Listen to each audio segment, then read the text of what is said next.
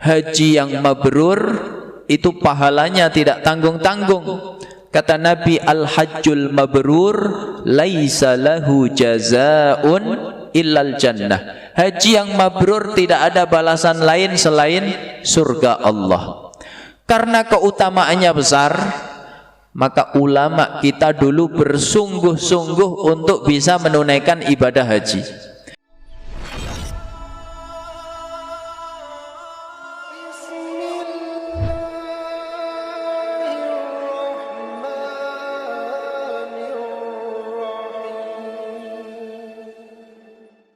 Bismillahirrahmanirrahim. Assalamualaikum warahmatullahi wabarakatuh. Alhamdulillahi wa kafa, wassalatu wassalamu ala nabiyinal mustafa wa ala alihi wa sahbihi ahli sidqi wal wafa, amma ba'd. Faqala Allahu azza wa jalla fi kitabihil karim wa huwa asdaqul qailin, a'udzu billahi minasyaitonir rajim. Walau aradul khuruja la'addu lahu uddatan walakin karihallahum bi'athahum fathabbatahum wa qila qudu ma'al qa'idin.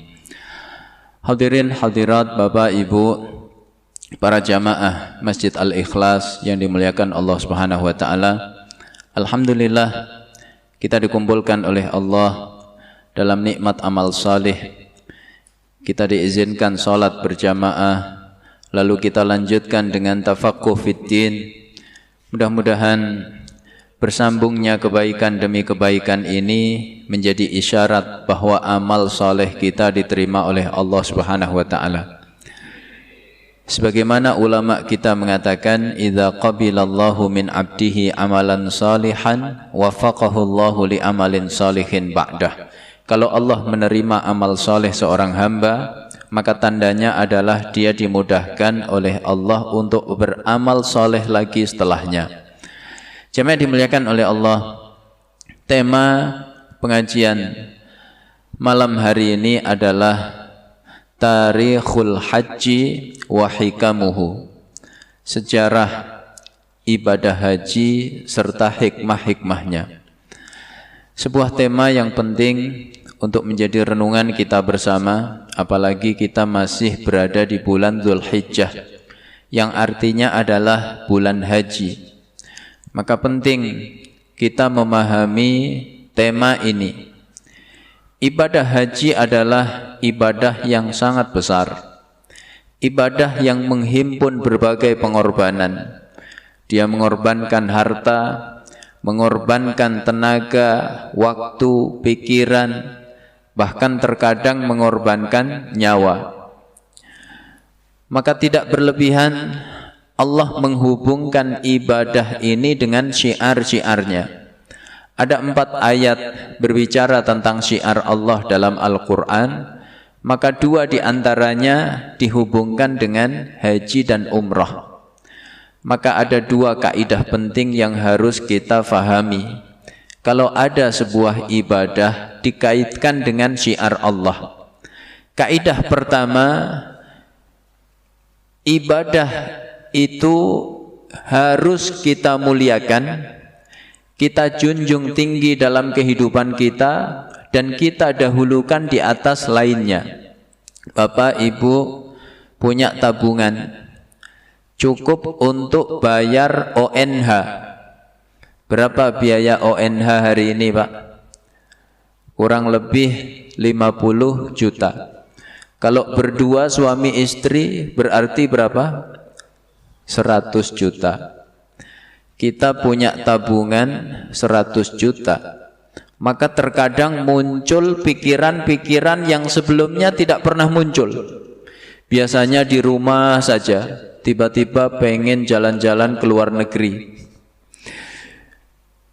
Mobil masih bagus, tiba-tiba terbersit ingin ganti kendaraan. Rumah masih bagus, tiba-tiba terbersit keinginan untuk renovasi.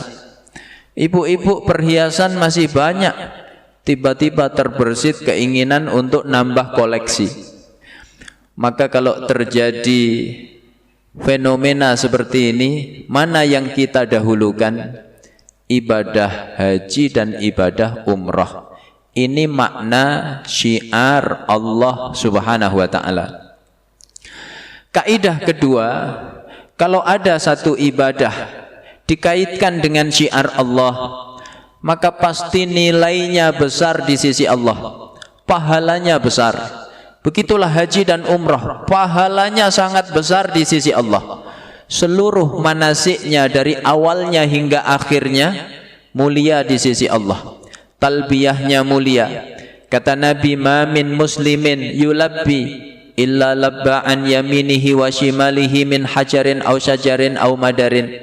Tidak ada seorang muslim membaca talbiyah, labbaik Allahumma labbaik, labbaik la syarika laka labbaik, innal hamda wan ni'mata laka wal mulk la syarika lak, kecuali semua benda di sekitarnya berupa batu, pohon, kerikil, pasir, seluruhnya bertalbiyah bersamanya, kelak akan menjadi saksi di hadapan Allah Subhanahu wa ta'ala. Tawafnya mulia di sisi Allah. Kata Nabi, man tafa bihadzal baiti sabu'an fa ahsahu kana lahu ka'idki raqabah. Siapa yang tawaf di Baitullah ini 7 putaran, dia menghitungnya, maka itu seperti memerdekakan budak. Dan orang yang memerdekakan budak, maka Allah merdekakan seluruh anggota tubuhnya dari neraka. Kemudian dalam haji ada wukuf di Arafah. Bahkan ini intinya haji. Al-hajju Arafah. Kata Nabi, haji itu intinya wukuf di Arafah. Maka hari Arafah hari yang mulia. Kata Nabi, ma min yaumin aktsaru fihi ayyu'tiqallahu 'abdahu minan nar min yaumi Arafah. Tidak ada hari di mana Allah begitu banyak membebaskan manusia dari neraka seperti hari Arafah. Allah membanggakan mereka yang hadir di hadapan malaikat-malaikat Allah. Kata Allah, unzuru ila haula, wahai malaikatku, lihat hamba-hambaku itu. Ma arada haula, apa yang mereka inginkan. Qad ghafartu lahum, qad ghafartu lahum. Sungguh aku telah ampuni mereka, sungguh aku telah ampuni mereka. Maka dalam haji terdapat ampunan yang sangat besar, melebihi ibadah-ibadah yang lain. Kita sholat, ada ampunan Allah. Kita puasa, ada ampunan Allah. Jumat ke Jumat berikutnya, Ramadan ke Ramadan berikutnya, ada ampunan Allah. Tapi itu menyangkut dosa-dosa kecil. Kalau dosa besar membutuhkan taubat nasuha. Tapi begitu menyangkut ibadah haji, apa kata Nabi? Man hajja walam yarfuth walam yafsuq raja'aka yaumi waladathu ummuh. Siapa yang berhaji, dia tidak rafas, tidak berbicara yang kotor, yang mengarah kepada urusan seksual. Dia tidak fasik, tidak maksiat, baik menyangkut hablum minallah maupun hablum minan nas. Maka dia pulang dari haji bagaikan bayi baru dilahirkan ibunya. Kalau ada bayi baru dilahirkan, punya dosa atau tidak, Pak? Begitu besarnya ampunan Allah di dalam ibadah haji. Maka haji yang mabrur itu pahalanya tidak tanggung-tanggung. Kata Nabi, al-hajjul mabrur laisa lahu jazaa'un illal jannah. Haji yang mabrur tidak ada balasan lain selain surga Allah. Karena keutamaannya besar, maka ulama kita dulu bersungguh-sungguh untuk bisa menunaikan ibadah haji. Jangankan yang punya duit, yang enggak punya duit bersungguh-sungguh untuk bisa haji. Mau yang mana dulu, Pak? Yang punya duit atau yang enggak punya duit? Ya. Yang duitnya banyak. Contohnya Imam Abdullah ibnu Mubarak, ulama besar di abad kedua Hijriah, lahir tahun 118, wafat tahun 181. Beliau ulama besar, saudagar kaya raya, mujahid fi sabilillah. Kalau tahun ini tidak berangkat jihad, maka beliau berangkat haji. Ya, kalau tahun ini jihad, maka tahun depannya haji. Ketika beliau berhaji, maka beliau tidak sendiri. Beliau ajak para ulama yang miskin, para penuntut-penuntut ilmu, tetangga-tetangga beliau, semuanya diberangkatkan haji. Seluruh biaya akomodasi, biaya selama di sana, biaya walimah di-cover oleh Imam Abdullah ibnu Mubarak. Begitu beliau bersemangat menghidupkan syiar Allah di tengah manusia. Ini yang duitnya banyak. Maka kalau hari ini ada ya warga Villa Anggrek semangat memberangkatkan pengurus masjid, muazin haji, imam haji, ketua DKM haji. Ini mengikuti kebaikannya Imam Abdullah ibnu Mubarak. Sekarang ulama yang nggak punya duit, ada ulama besar namanya Imam Hatim Al-Asam. Ketika musim haji tiba, maka keinginan di hatinya untuk berhaji ke Baitullah teramat besar. Kerinduannya terhadap Baitullah sudah membuncah di dadanya. Maka dia pun mengutarakan niatnya kepada keluarganya.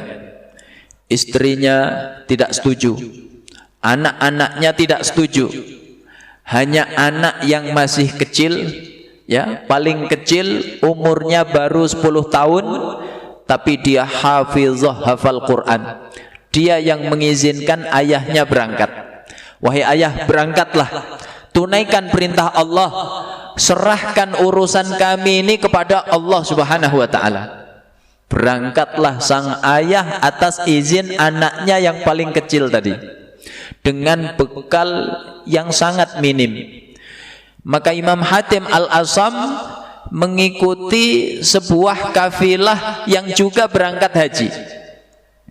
Di tengah-tengah perjalanan, ketua kafilah itu disengat kalajengking.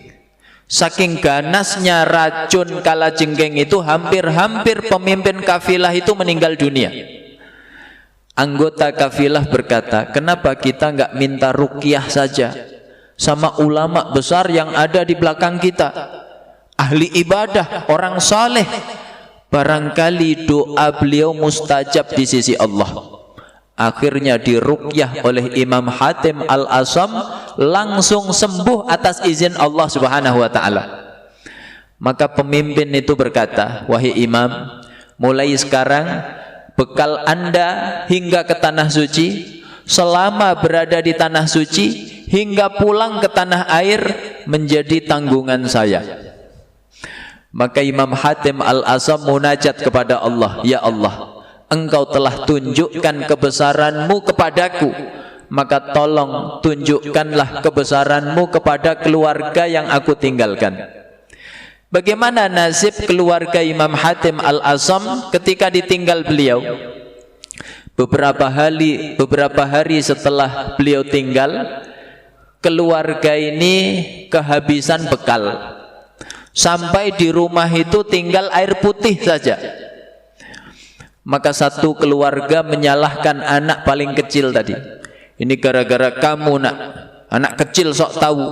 Kamu izinkan ayah kita pergi. Sekarang lihat akibatnya, kita lapar semua.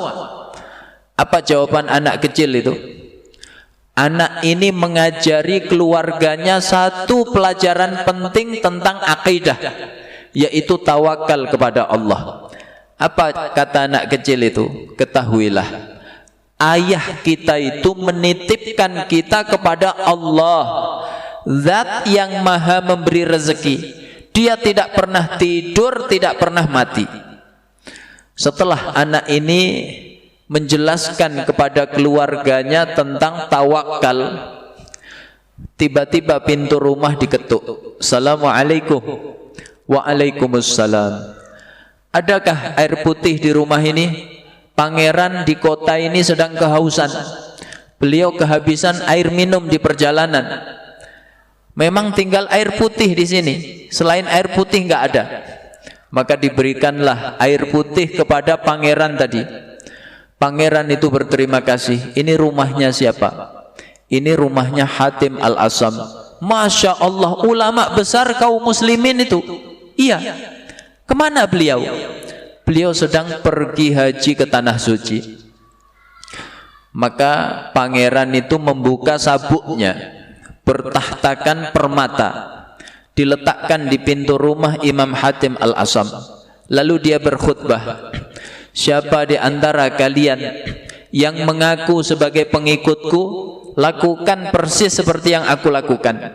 Maka semua pasukan membuka sabuknya, diletakkan di pintu rumah Hatim Al-Asam. Saking banyaknya sabuk yang bertahtakan permata itu, sampai pintu rumah itu susah ditutup. Lalu sabuk-sabuk itu diborong oleh konglomerat. Maka seketika keluarga Hatim Al-Asam berubah menjadi keluarga yang paling kaya di daerahnya.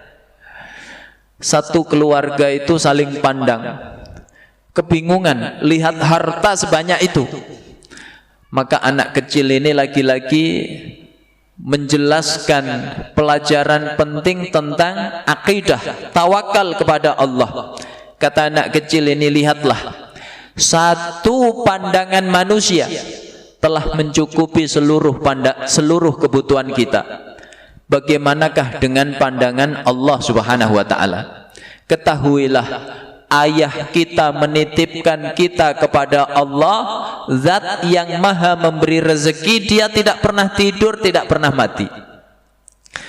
Maka betul sabda Nabi, haji itu menjauhkan manusia dari kefakiran. Tabi'u bainal haji wal umrah, fa inna mutaba'ata bainihima tanfil faqra wadh-dhunub kama yanfil kir khabathal hadid wadh-dhahab wal fiddah. Iringi haji dengan umrah. Sungguh mengiringi keduanya itu menjauhkan manusia dari kefakiran dan dosa, seperti api menjauhkan karat pada emas, pada perak, dan juga pada besi. Jadi ulama kita bersungguh-sungguh untuk bisa menghidupkan syiar Allah, yaitu haji dan umrah. Bahkan mereka merenungkan ayat 46 surat At-Taubah yang saya baca di mukaddimah tadi. Walau aradul khuruja la'addu lahu uddatan walakin karihallahum bi'athahum fasabbatahum wa qila udu ma'al qa'idin. Seandainya mereka menginginkan keluar untuk berangkat jihad fisabilillah, maka tentu mereka akan melakukan persiapan. Tapi memang Allah membenci mereka, maka Allah lambatkan mereka. Allah katakan, duduklah kalian bersama orang yang duduk. Ayat ini sebenarnya bicara tentang jihad fisabilillah, tapi ulama menghubungkannya dengan ibadah-ibadah yang lain, termasuk ibadah haji. Maka kata ulama, kalau ada orang diberi kelapangan rezeki, cukup untuk daftar haji, cukup untuk daftar umrah, badannya sehat, kondisi aman, tidak ada perang, tidak ada corona, tapi kok tidak terbersit keinginan di hatinya untuk haji, untuk umrah. Maka ulama kita khawatir, jangan-jangan itu isyarat Allah membenci kita. Jamaah yang dimuliakan oleh Allah, setelah kita faham betapa mulianya ibadah haji, mari kita lihat bagaimanakah sejarah ibadah haji itu. Bicara tentang sejarah ibadah haji tidak bisa dipisahkan dari sejarah pembangunan Ka'bah. Siapa orang yang pertama kali membangun Ka'bah? Ada banyak pendapat, perbedaan di kalangan ulama. Siapa yang pertama kali membangun Ka'bah?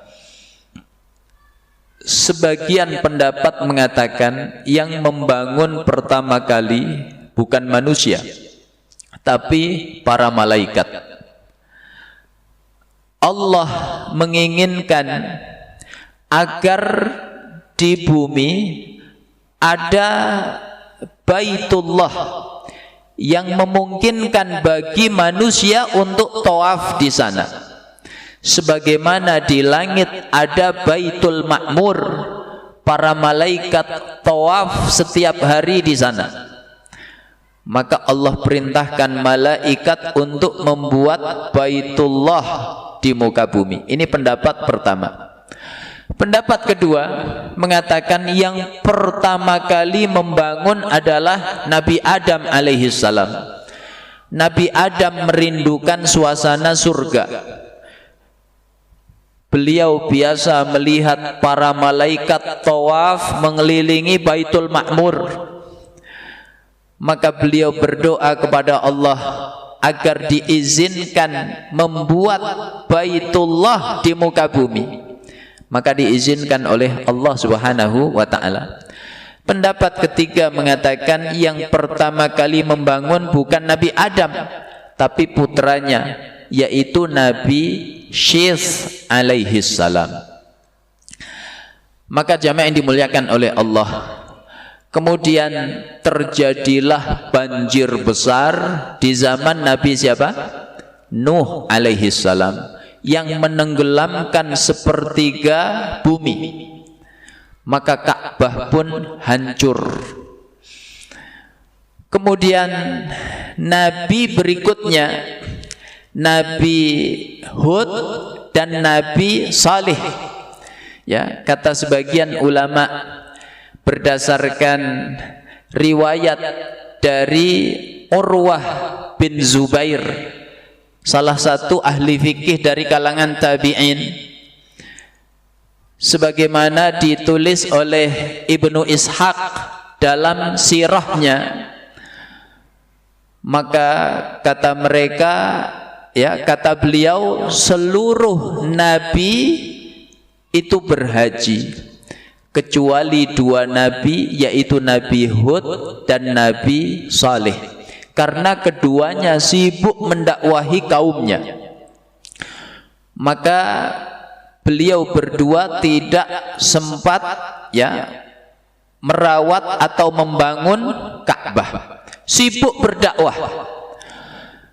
Maka kemudian nabi berikutnya, yaitu Nabi Ibrahim alaihissalam, diperintahkan oleh Allah untuk meninggikan pondasi Ka'bah bersama putranya, yaitu Ismail alaihissalam, yang diabadikan dalam surat Al-Baqarah ayat 127, wa id yarfa'u Ibrahimul qawa'ida minal baiti wa Ismail Rabbana taqabbal minna innaka antas samiul alim. Ingatlah ketika Ibrahim meninggikan pondasi Ka'bah bersama putranya Ismail, lalu keduanya berdoa, Rabbana taqabbal minna innaka antas samiul alim. Ya Allah, terimalah amalan kami, sungguh Engkau zat yang maha mendengar lagi maha mengetahui.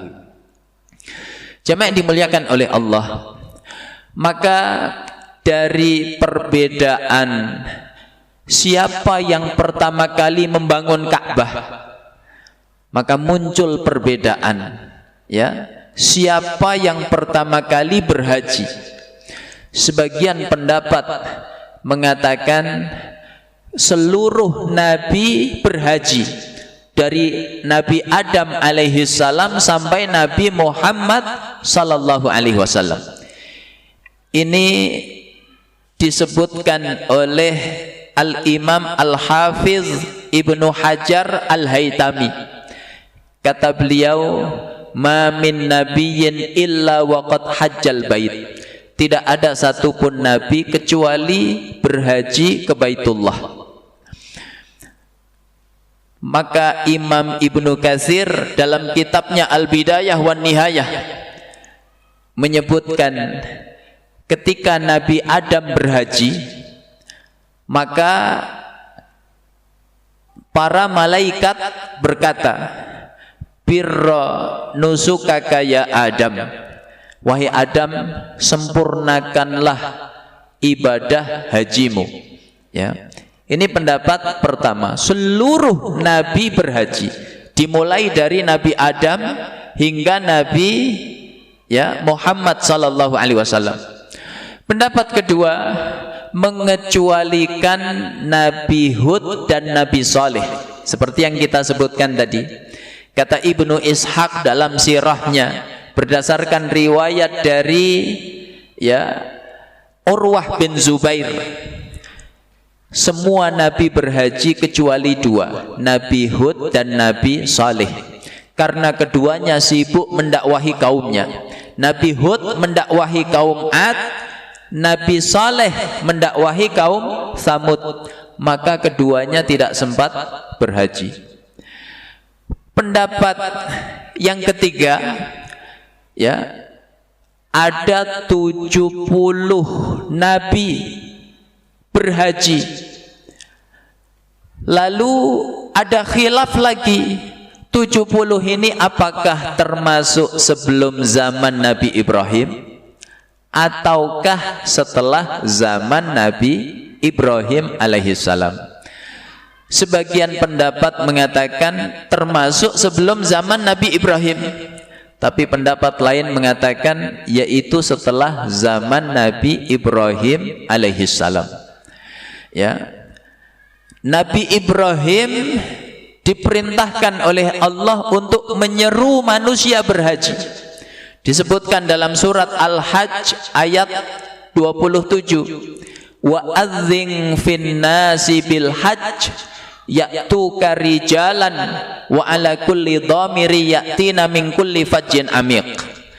Kata Allah, wahai Ibrahim, serulah manusia berhaji, niscaya mereka akan datang dari seluruh penjuru bumi, ada yang berjalan kaki, ada yang naik kendaraan. Maka Nabi Ibrahim bingung.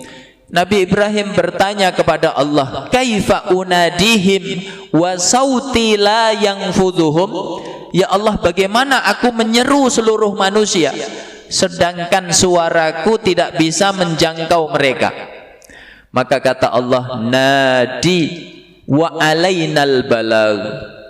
Wahai Ibrahim, tugasmu menyeru, urusan menyampaikan itu urusan kami. Maka Nabi Ibrahim dalam satu riwayat naik di atas makom, makom Ibrahim, batu yang ada di dekat Ka'bah hari ini, yang ada bekas kakinya Nabi Ibrahim alaihissalam. Dalam riwayat lain, Nabi Ibrahim naik Jabal Abi Qubais, lalu menyeru manusia, innallaha qad ittakhadha baitan fahujju. Wahai manusia, sesungguhnya Allah telah menjadikan Baitullah, maka berhajilah kalian.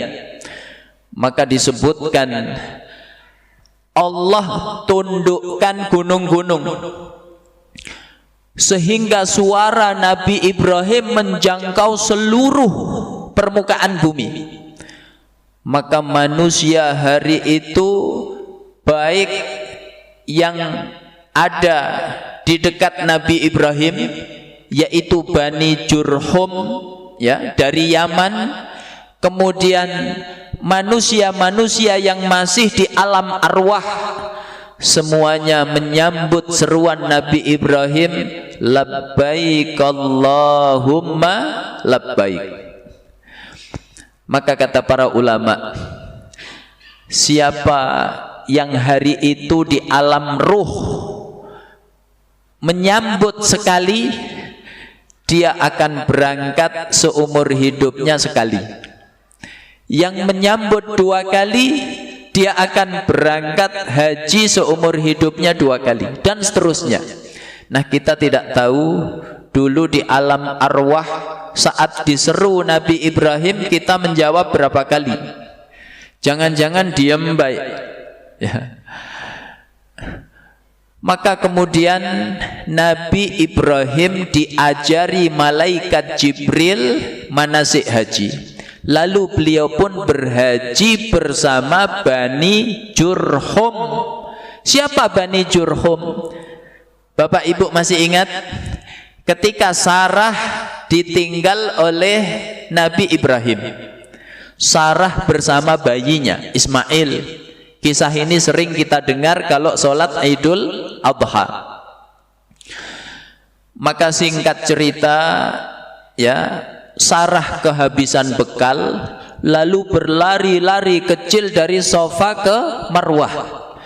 Rupanya siapa yang menyangka dari bekas hentakan kaki Ismail alaihissalam mengalir mata air yang disebut Zam-Zam, yang hari ini diminum jutaan kaum muslimin setiap hari, nggak pernah kering. Begitu ada air, maka burung-burung sering berputar, ya, di atas wilayah itu. Bani Jurhum lewat. Mereka melihat burung-burung mengitari daerah itu, berarti maknanya di situ ada air. Maka Bani Jurhum minta kepada Hajar, minta izin untuk bisa tinggal di sana. Kata Hajar, silahkan kalian tinggal di sini, tapi air ini bukan milik kalian. Ya. Maka Bani Jurhum inilah yang pertama menyambut seruan haji Nabi Ibrahim alaihissalam. Ya. Kemudian di zaman Islam, kapan haji ini diperintahkan oleh Allah? Kata Al-Imam Ibnul Qayyim, yaitu pada tahun 9 atau 10 Hijriah. Lalu kemudian Rasulullah dan para sahabat menunaikan haji yang disebut haji wada. Ini sejarah singkat tentang ibadah haji. Nah, jamaah yang dimuliakan oleh Allah, setelah kita faham keutamaan haji, sejarah haji, maka berikutnya apa hikmah dibalik disyariatkannya ibadah yang begitu besar, yang menghimpun pengorbanan yang besar, duitnya besar, waktunya lama, ya. Kalau sekarang kita daftar, tahun berapa berangkat, Pak? Ya, sekitar ya tahun 2050. Itu saya cek Kabupaten Bekasi bulan September tahun lalu. Itu sudah 28 tahun. Sekarang jangan-jangan lebih. Apa hikmah di balik ibadah yang begitu luar biasa? Pertama, yaitu ta'zimu baitillahil haram.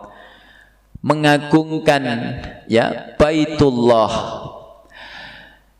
Jamaah yang dimuliakan oleh Allah, mengagungkan Baitullah, tanah haram, ini penting.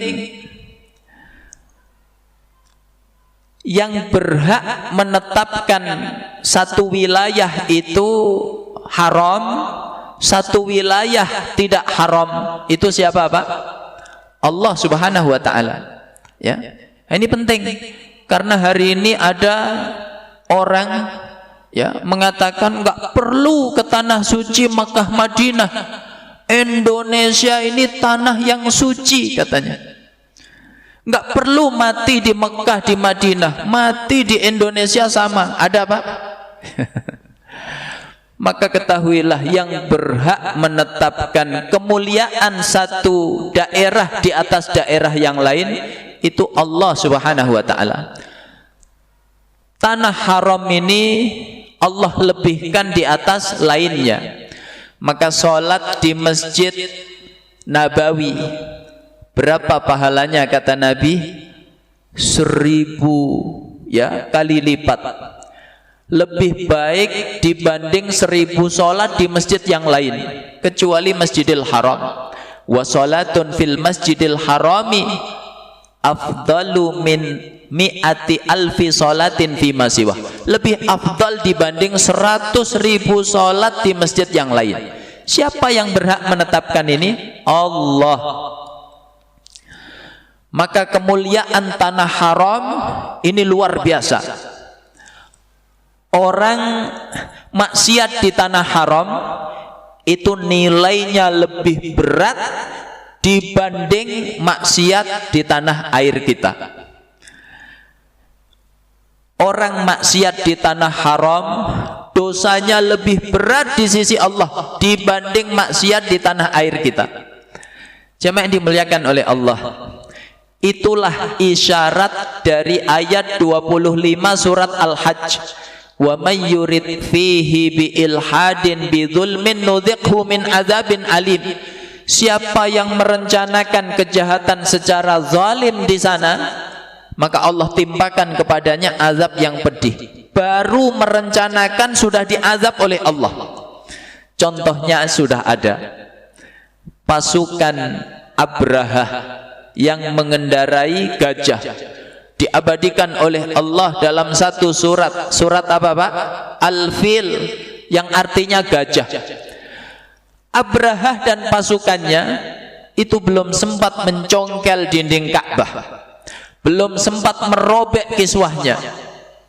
Dia baru sampai di sebuah lembah yang disebut Wadi Muhassir, di antara Mina dan Muzdalifah. Jaraknya masih sekitar 10 kilo dari Ka'bah. Sudah dibinasakan oleh Allah. Tarmihim bihijaratim min sijil faja'alahum ka'asfim ma'kul. Maka di antara hikmah disyariatkannya haji yaitu ta'zimu baitillahil haram. Kedua, jamaah yang dimuliakan oleh Allah, yaitu ta'atullah, taat kepada Allah secara totalitas. Haji dari awalnya sampai akhirnya itu mengajari kita taat secara totalitas. Makanya slogannya labbaik Allahumma labbaik. Ya Allah, kami menyambut seruanmu, kami taat kepadamu. Ini selain slogan keimanan, slogan tauhid, di dalamnya juga ada slogan ketaatan kepada Allah. Maka tempatnya taat. Haji itu ya ke Makkah, bukan ke Pondok Gede. Kalau ke Pondok Gede baru latihan. Kemudian waktunya taat di bulan Zulhijjah. Kalau ada orang haji ya di bulan Rabiul Awal, ini Zulhijjah penuh, nggak enak. Rabiul Awal aja kosong. Sah atau enggak Pak hajinya? Tidak sah. Lalu manasiknya taat kepada Allah dan Rasulnya. Khudhu anni manasikakum, ambillah ya oleh kalian manasik haji itu dariku, kata Nabi. Maka kita berhaji, berumrah mengikuti tuntunan Rasulullah. Laki-laki begitu ihram ya, maka hanya pakai 2 helai kain saja. Kalau ada yang repot 2 helai kain, takut merojol, Ustaz, saya pakai celana buat jaga-jaga, sah atau tidak Pak? Tidak sah. Pakaiannya taat kepada Allah. Jadi dari awalnya hingga akhirnya taat kepada Allah. Maka standar mabrur itu taat kepada Allah. Begitu pulang ke tanah air, maka bertambah ketaatannya kepada Allah. Sebelumnya sholatnya di rumah, begitu pulang haji berjamaah di masjid. Sebelumnya jarang ngaji, begitu pulang haji saf ngajinya paling depan ya. sebelumnya masih sering ngerumpi, begitu pulang haji nggak pernah lagi ngerumpi. Itu tanda mabrur, bertambah ketaatannya kepada Allah Subhanahu wa taala. Ini pelajaran kedua. Pelajaran ketiga jamaah yang dimuliakan oleh Allah, yaitu pelajaran tentang ukhuwah. Haji, motivasi di balik setiap manasiknya itu ada nilai-nilai ukhuwah. Maka setiap kita menunaikan manasik haji harus mempertimbangkan aspek ukhuwah. Tidak boleh atas nama mengejar sunnah lalu mengabaikan nilai-nilai ukhuwah. Cium hajar aswad, hukumnya apa Pak? Sunnah. Enggak boleh demi cium hajar aswad sikut kiri sikut kanan. Ya. Ini orang yang terjebak dalam tipu daya setan, ngejar yang sunnah tapi terjatuh dalam yang haram. Maka ibadah haji ini dibaliknya terdapat nilai-nilai ukhuwah yang sangat besar. Maka nggak pantas orang sering haji tapi ukhuwahnya terhadap sesama kaum muslimin bermasalah. Hanya karena beda masalah furu'iyah ijtihadiyah, satu kunut satu tidak, satu zikirnya keras satu zikirnya pelan, satu jahar basmalah satu sir, lalu bermasalah ukhuwahnya. Ini aneh ya, karena di balik ibadah haji terdapat pelajaran besar tentang ukhuwah, termasuk ketika kita beda hari raya seperti kemarin, maka tidak perlu ya merusak nilai-nilai ukhuwah di antara kita. Yang hari raya hari Rabu ya benar punya landasan, yang Kamis benar punya landasan. Kalau gitu yang salah apa Ustaz? Nah, yang Lebaran hari Selasa. Nah, itu nggak punya dasar. Ini pelajaran ketiga. Pelajaran keempat jamaah yang dimuliakan oleh Allah dari ibadah haji, yaitu pelajaran tentang zikrullah. Seluruh manasik haji dari awalnya hingga akhirnya itu isinya zikrullah. Makanya Aisyah radhiyallahu anha mengatakan, innama ju'ilat tawafu bil bait was-sa'yu bainas safa wal marwa liiqamati dzikrillah. Sesungguhnya dijadikan tawaf di Baitullah, sa'i antara Safa dan Marwa itu dalam rangka menegakkan zikrullah. Coba lihat, haji itu isinya zikrullah. Begitu sudah ya mandi ihram, pakai kain ihram, lalu niat ihram, labbaik Allahumma umratan, maka sepanjang jalan dari Bir Ali sampai Makkah ngapain Pak? Apakah sibuk update status, selfie kiri selfie kanan? Ya tidak, tapi memperbanyak zikrullah, membaca talbiyah, labbaik Allahumma labbaik, labbaik la syarika laka labbaik. Dulu para sahabat bertalbiyah itu sampai suara mereka parau. Begitu sudah sampai Mekah, lalu tawaf 7 putaran. Isinya apa tawaf itu? Zikrullah. Dimulai dari Hajar Aswad, Bismillahi Allahu Akbar, Subhanallah walhamdulillah wala ilaha illallah wallahu akbar wala haula wala quwata illa billahil aliyyil azim. Begitu sampai rukun Yamani menuju Hajar Aswad, apa yang dibaca? Rabbana atina fid dunya hasanah wa fil akhirati hasanah wa qina azabannar. Zikrullah isinya. Lalu sa'i, setelah selesai tawaf 7 putaran, sholat sunnah tawaf, minum air zam-zam, maka menuju mas'a, tempat sa'i. Begitu mulai naik ke Bukit Sofa, maka kita membaca nabda'u bima bada Allahu bihi inna safa wal marwata min sya'airillah faman hajjal baita aw i'tamara fala junaha alaihi ayyatawafa bihima wa man tatawwa'a khairan fa innallaha syakirun alim. Begitu sampai di puncak Safa, maka kita menghadap ke arah Ka'bah lalu berzikir Allahu Akbar, Allahu Akbar, Allahu Akbar, la ilaha illallah wahdahu la syarikalah, lahul mulku wa lahul hamdu yuhyi wa yumit wa huwa ala kulli syai'in qadir. La ilaha illallah wahdah anjaza wa'dah wa nasara abdah wa a'azza jundah wa hazamal ahzaba wahdah. Lalu turun menuju Bukit Marwa, melewati dua lampu hijau, Rabbighfir warham wa'fu wa takarram wa tajawaz amma ta'lam innaka ta'lamu ma la na'lam innaka antallahul a'azzul akram. Sampai ke puncak Bukit Marwa, kita lakukan seperti apa yang kita lakukan di Bukit Safa. Isinya zikrullah.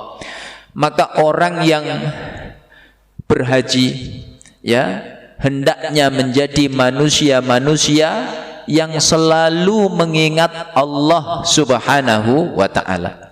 Ini beberapa pelajaran di balik haji, dan masih banyak lagi pelajaran-pelajaran yang lainnya.